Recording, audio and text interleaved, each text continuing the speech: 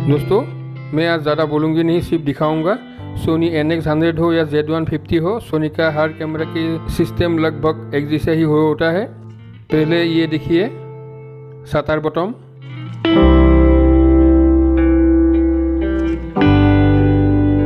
और उसका बाजू में ये देखिए लीवर बटन। उसको अप डाउन करके आप लोग शटर प्लस माइनस करना होगा।